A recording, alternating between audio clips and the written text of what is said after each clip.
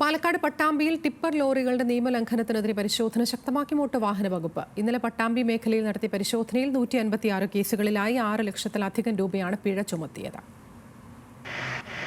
Motor വാഹന വകുപ്പ് enforcement വിഭാഗത്തിന്റെ നേതൃത്വത്തിലാണ് കുളപ്പുള്ളിയിലും പട്ടാമ്പി മേഖലയിലെ ഓങ്ങല്ലൂർ, വല്ലപ്പുഴ, പട്ടാമ്പി, വാടനാംകുറിശി എന്നിവിടങ്ങളിലും പരിശോധന നടത്തിയത്.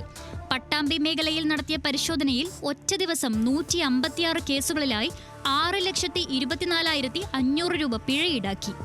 അമിത ലോഡ് കയറ്റിയതിന് 7 കേസുകളെടുത്തു. ഇതിൽ 1,71,750 രൂപ പിഴയൊടുക്കി. എൻഫോഴ്സ്മെന്റ് RTO മധുവിന്റെ നിർദ്ദേശപ്രകാരം 3 സ്ക്വാഡുകളായി തിരിഞ്ഞായിരുന്നു പരിശോധന.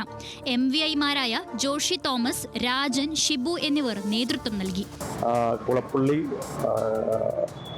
പട്ടാമ്പി, ചാലിശ്ശേരി, ഓങ്ങല്ലൂർ ഒക്കെ നമ്മൾ പരിശോധന നടത്തിയതിൻ്റെ ഭാഗമായി ഏതാണ്ട് 1.25 ലക്ഷത്തോളം രൂപ നമ്മൾ ഫൈൻ ഈടാക്കി. മൊത്തം 6 ലക്ഷത്തിന് മേളിൽ തുകയ്ക്കുള്ള പിഴ ചുമത്തിയിട്ടുണ്ട്.